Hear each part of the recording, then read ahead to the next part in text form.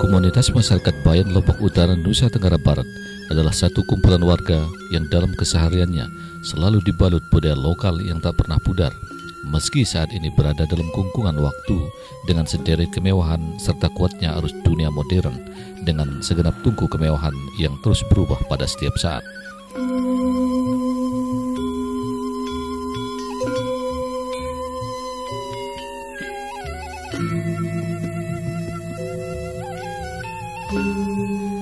Kuatnya tekanan dunia dengan segala kemodernannya boleh berubah, tetapi lain halnya dengan kehidupan hari-hari warga Bayan Belek dengan selaksa pelaku adat lokal yang tak pernah lekang karena waktu dan tak pernah pulap karena kuatnya sinar sang mentari yang muncul dari balik punggung Gunung Rinjani.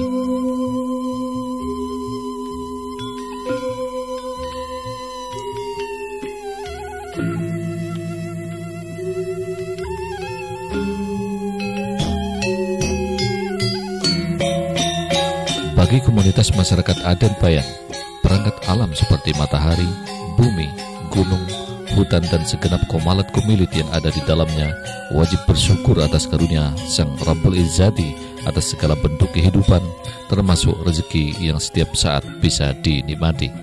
Terlebih lagi, alam berupa Gumi Sasak ini selalu memberikan kehidupan langsung melalui berbagai jenis rempah-rempah dan hasil bumi lainnya.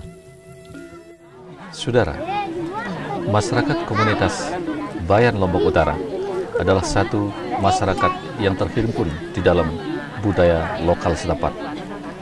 Komunitas masyarakat Bayan yang kita kenal sebagai masyarakat yang tinggal di kawasan Gunung Rinjani, tepatnya di paha Gunung Rinjani di sebelah utara, selalu menggelar upacara setiap tahun.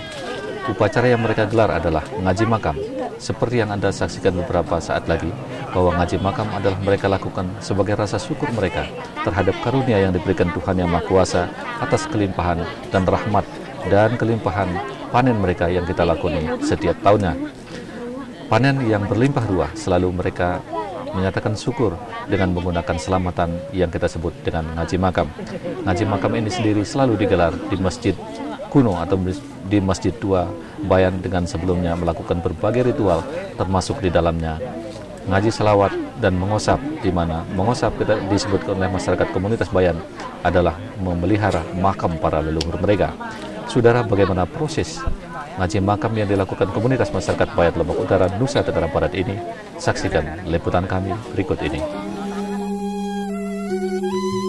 Dari catatan legenda Sasak Lombok Utara, desa Bayan Belek dengan Labuan Cariknya disebut-sebut sebagai desa pertama yang pernah disinggahi Syekh Gaus Abdul Razak, salah seorang dari Wali Songo yang juga disebut-sebut sebagai Sunan Giri dalam menyebarkan Islam sebagai agama yang hasanah.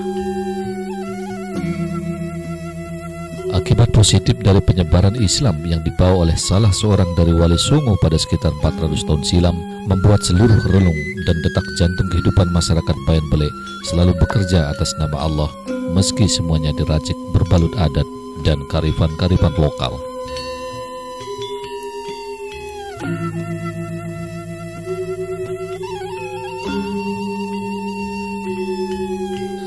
Kuatnya agama Islam yang berbalut dengan adat warga sekitar membuat seluruh rangkaian acara menjadikan adat dan budaya lebih menonjol ketimbang yang lainnya.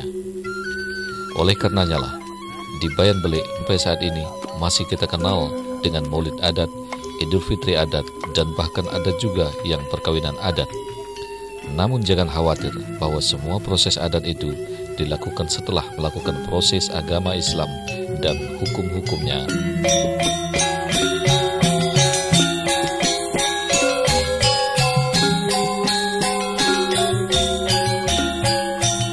Bumi, langit, matahari, bulan dan air serta produk-produk yang dihasilkan alam raya ini dihargai sebagai anugerah terbesar bagi kehidupan manusia.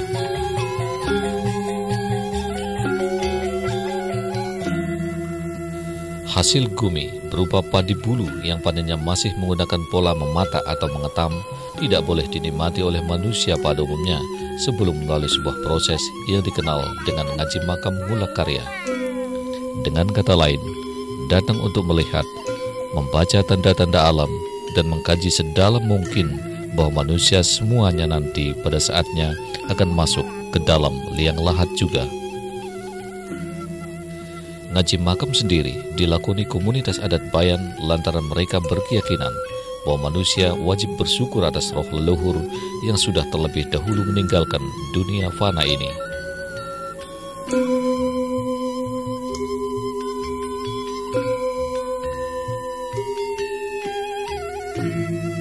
Roh-roh para leluhur diyakini tidak serta-merta mati bersama jasad-jasad kasar ini, tetapi diyakini masih melihat segala gerak-gerik anak cucunya dan seluruh keturunannya, termasuk untuk melihat sejauh mana perhatian anak cucu dengan peninggalan orang tua berupa tanah dan kebun jika ada. Mengawali proses ngaji makam ini dimulai dari pembuatan berbagai penganan wajib seperti pembuatan jajan kelepon kecerit misalnya, serabi tanpa garam, dodol manis atau yang biasa disebut warga lokal dengan pangan, utamanya jajanan yang bahan bakunya dibuat dari hasil sawah seperti beras dan ketan.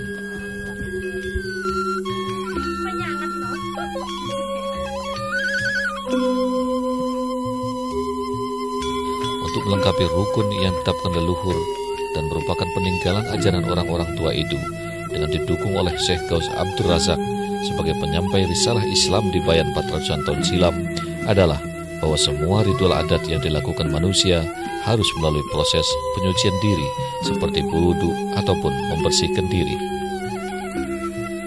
Meski pengambilan air wudu cukup hanya dengan menggunakan 1 ceret atau 1 liter air kurang lebih, namun bagi komunitas Bayan sudah cukup untuk melengkapi persyaratan sahnya suatu pekerjaan adat.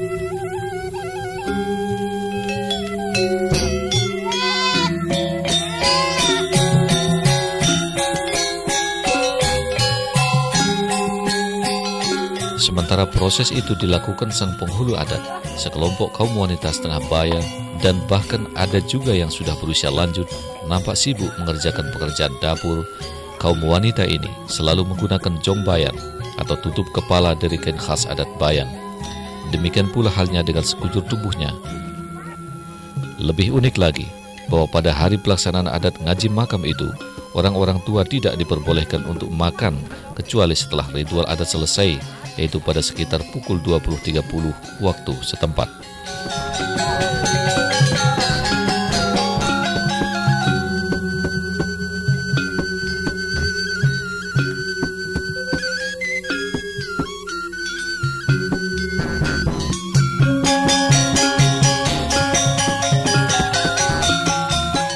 Tidak kurang dari 300-an orang dengan pakaian khas Bayan berjalan beriringan menuju makam reak atau makam besar yang letaknya bersebelahan dengan Masjid Kuno Bayan Blek sebagai salah satu tempat atau bukti penyebaran agama Islam di Lombok bagian utara.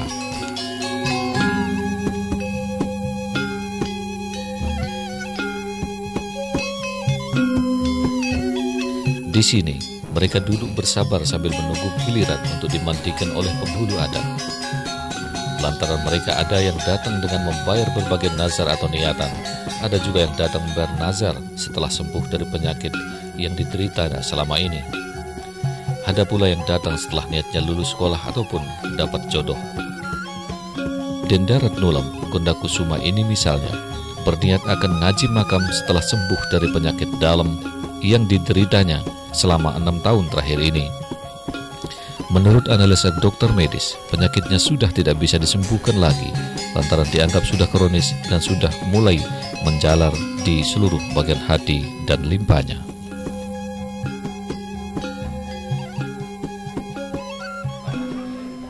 Yang sakit lele, balik panas, langsung malaria. Oleh kon Bali langsung ke Mataram. Langsung ke rumah sakit. Lama saya di Mataram 2 minggu di rumah sakit. Di rumah sakit tuh nggak bisa ditangani sama dokter. Lama-lama saya minta pulang. Langsung ke Bayan lagi cari obat tradisional. Saya langsung sehat tuh. Saya Sangi, ngaji makam bawa kerbau, mandi di bawah gading. Udah itu ini sudah selesainya. Sehat ya? Sehat, mudah-mudahan sehat. Udah laku sampuraya.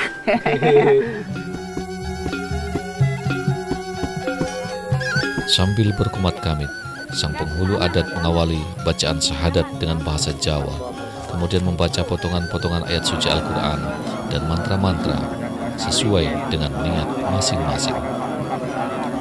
Proses pemandian dan pengusapan yang dilakukan oleh penghulu adat ini berjalan dengan amat sangat hikmat, sambil sesekali kepulan asap dupa menerpa para pengunjung.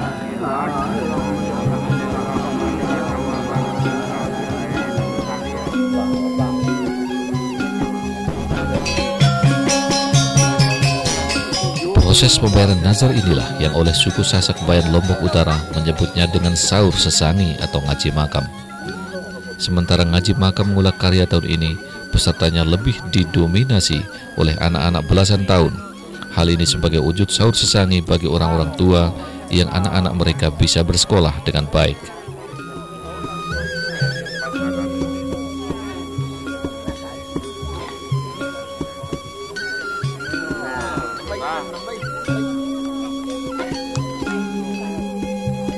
Salah seorang tokoh adat Bayan, Raden Asjano misalnya, secara rinci menjelaskan tentang situs Balai Bencingah Bayan Bele yang juga dikenal dengan Balai Gundem atau Balai Sangkap Bele. Dalam komplek Bencingah Agung Bayan ini terdapat 4 beruga dengan fungsinya masing-masing. Beruga Agung berfungsi untuk tempat-tempat rapat atau gundem, di mana yang boleh dibahas dalam beruga Agung adalah yang berkaitan dengan adat istiadat dan budaya lokal, termasuk membicarakan hal-hal yang bertalian langsung dengan hasil bumi Sasak Bayan, utamanya tanah-tanah adat dan tanah pecadu para pejabat adat. Beruga Malang adalah beruga yang akan digunakan untuk menyemayamkan jasad para tokoh adat yang sudah meninggal dunia sebelum dikubur. Sementara beruga Sembage digunakan untuk tempat memasak daging-daging yang dikorbankan oleh soliditas masyarakat adat Bayan pada khususnya saat membayar nazar mereka sebelumnya. Sementara beruga keempat adalah beruga Lambangkat, adalah tempat meracik berbagai macam ragi-ragian dan tempat makan serta berzikir. Keempat beruga yang berada dalam situs Balai Gundem dengan Balai Kampu ini sangat dihormati oleh masyarakat adat Bayan. Bahkan untuk masuk ke dalam lingkungan ini pun tidak boleh menggunakan celana panjang. Hal ini adalah untuk menjaga kesakralan dari Bencingah Agung Bayan Bele. Pakaian yang boleh digunakan adalah pakaian adat khas Bayan dengan udeng warna hitam bagi sepuh adat dan warna putih bagi penghulu adat. Sementara bagi warga lainnya tidak menggunakan baju, tetapi hanya kain panjang dan udeng berwarna hitam. Di sebelah belakang, di sana ada dapur umum dan kemudian dilengkapi dengan beruga. Kemudian di sebelahnya ada beruga yang dinamakan beruga santren. Apabila di dalam perkawinan adat, di sanalah kita laksanakan perkawinannya menurut hukum adat. Untuk pertamanya, sebelum kita turun bibit, terlebih dahulu kita adakan pembersihan saluran. Kemudian setelah saluran itu dibersihkan, baru kita adakan upacara yang dimaksud selamat rembulan, yaitu selamat olor. Yaitu 1 tahun sekali. Ini terdiri dari subak-subak. Jadi tiap-tiap subak itu membawa ayam untuk keperluan itu. Jadi tujuannya kita memohon kepada Tuhan Yang Maha Kuasa agar rembulan ini tetap turut airnya. Malahan kita mohon kepada Yang Maha Kuasa supaya lebih besar lagi. Nah setelah itu baru kita adakan upacara yang dinamakan upacara ngaji makam turun bibit. Ya jadi termasuk upacara wiwitan. Jadi upacara ini kita laksanakan juga seperti yang di Bencingah ini, mengolam juga ke makam Titimas Sunsunan Bayan. Jadi kita namanya dari agama penghulu mendoakan agar pada bulan ini yaitu penurunan bibit padi sawah maupun padi lawang, padi ladang. Apabila padi sudah berumur 3 bulan, kembali kita adakan upacara mengaji makam tunas setambah. Jadi mengaji makam Tunas Setamba ini kita harus mengolam ke makam Rea, makam yang kita bangun baru ini. Setelah itu makam Titi Mas Pengulu, kemudian juga ke makam Sunsunan Bayan. Jadi tujuannya supaya tidak ada penyakit-penyakit baik ulat atau dan lain sebagainya itu menimpa tanaman-tanaman masyarakat.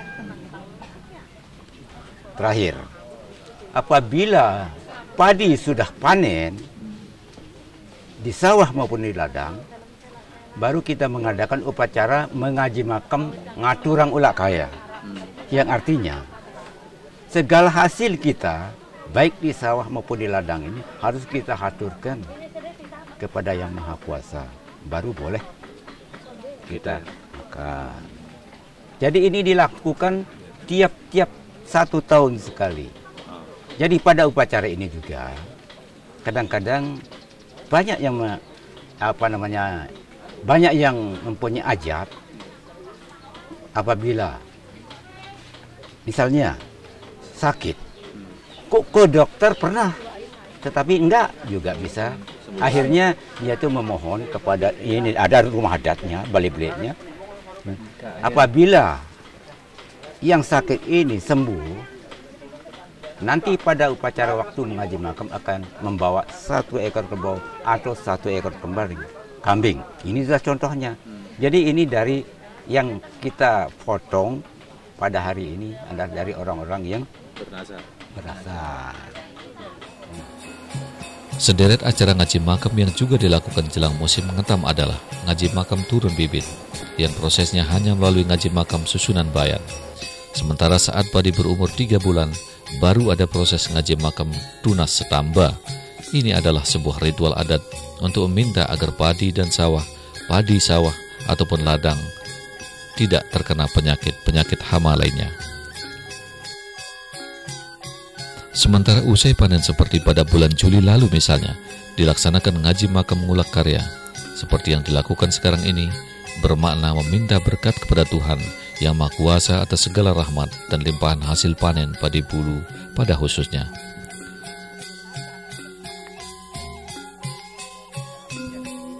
Lebih jauh, Raden Asjano mengakui semua proses ini adalah sebagai sebuah pengakuan resmi masyarakat adat atas kedaulatan tanah air yang dimiliki. Untuk kelestarian alam itulah selalu digelar berbagai upacara yang pada akhirnya selalu meminta berkat dan rahmat melalui media para pemangku dan penghulu adat. Tokoh adat lainnya, Raden Gedarip yang juga sudah malang melintang di dunia pariwisata ini, menilai kearifan lokal budaya seperti yang saat ini dilakoni masyarakat adat Bayan wajib dilestarikan.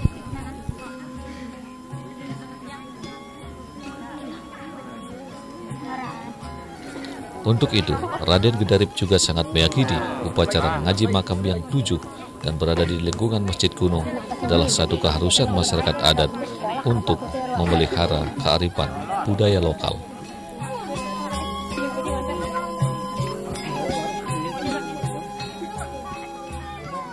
Ngaji makam ini selalu diadakan tiap sehabis panen, baik di sawah maupun di ladang.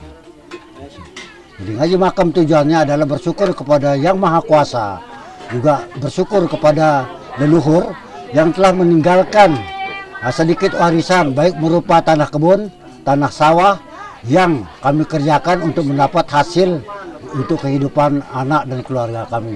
Inilah tujuannya ngaji makam ini. Nah, di dalam ngaji makam ini, ya, sepintas daripada pelaksanaannya dapat saya jelaskan sebagai berikut. Antara lain, 1, kita harus membersihkan kuburan leluhur. Yang kedua adalah mengosap, istilahnya mengosap di makam di seputar Masjid Kuno. Itulah, karena leluhur-leluhur itu harus kami ingatkan bahwa karena dari sanalah kami mendapat warisan yang saya sebutkan tadi. Begitulah. Dan di samping itu, karena masyarakat adat yang ada di Bayan ini, ya, selalu percaya dengan apa yang adat yang ditinggalkan sama nenek moyang atau leluhur kami adalah, oleh karena itu ada suatu hal ini yang sangat sepertinya di luar daripada acara ngaji makam ini, mereka pada datang membawa sepertinya korban seperti hewan, ada yang hewan itu besar maupun kecil seperti kerbau, sapi, kambing. Apa gunanya itu? Karena mereka membawa tanda syukuran terhadap kesuksesan hasil usaha, sukses hasil pertanian, dan segala macam perbuatan yang positif dapat berjalan secara lancar. Oleh karena itu pada waktu ngaji makam ini diadakan penyerahannya kepada pemangku-pemangku yang diniatkan, seperti kalau masyarakat adat yang ada di Karangsalah ini, masyarakat adat lah seperti yang disaksikan sekarang ini, pada datang membawa sesajen atau membawa sedekah sekedarnya relatif berupa beras, ketan, beberapa uang ya, yang disebut batu dupa atau jejulo. Di samping itu juga ada membawa kambing. Kalau nazarnya itu kambing, ya, kalau tadinya waktu dia sakit atau seperti yang saya katakan tadi itu dia sukses dalam usahanya, nah pada hari ini dia artinya menyerah kepada pemangku setempat. Seperti di Bayan Timur sendiri, untuk ngaji makam pada kali ini adalah 2 ekor kerbau. Nah 2 ekor kerbau ini dari masyarakat adat yang kaum atau yang bernasar itu ya, dia sudah pernah sakit. Nah kalau saya sembuh, nanti pada waktu pemangku Bayan Timur mengangkat istilahnya ya, mengadakan ngaji makam, mengatur orang ulah kaya, di situ saya akan membawa 1 ekor kerbau untuk dibantai atau dipotong pada saat itu. Kemudian saya akan minta air mel-mel istilahnya ya ke makam Titi Mas Penghulu atau di depan Masjid Kuno.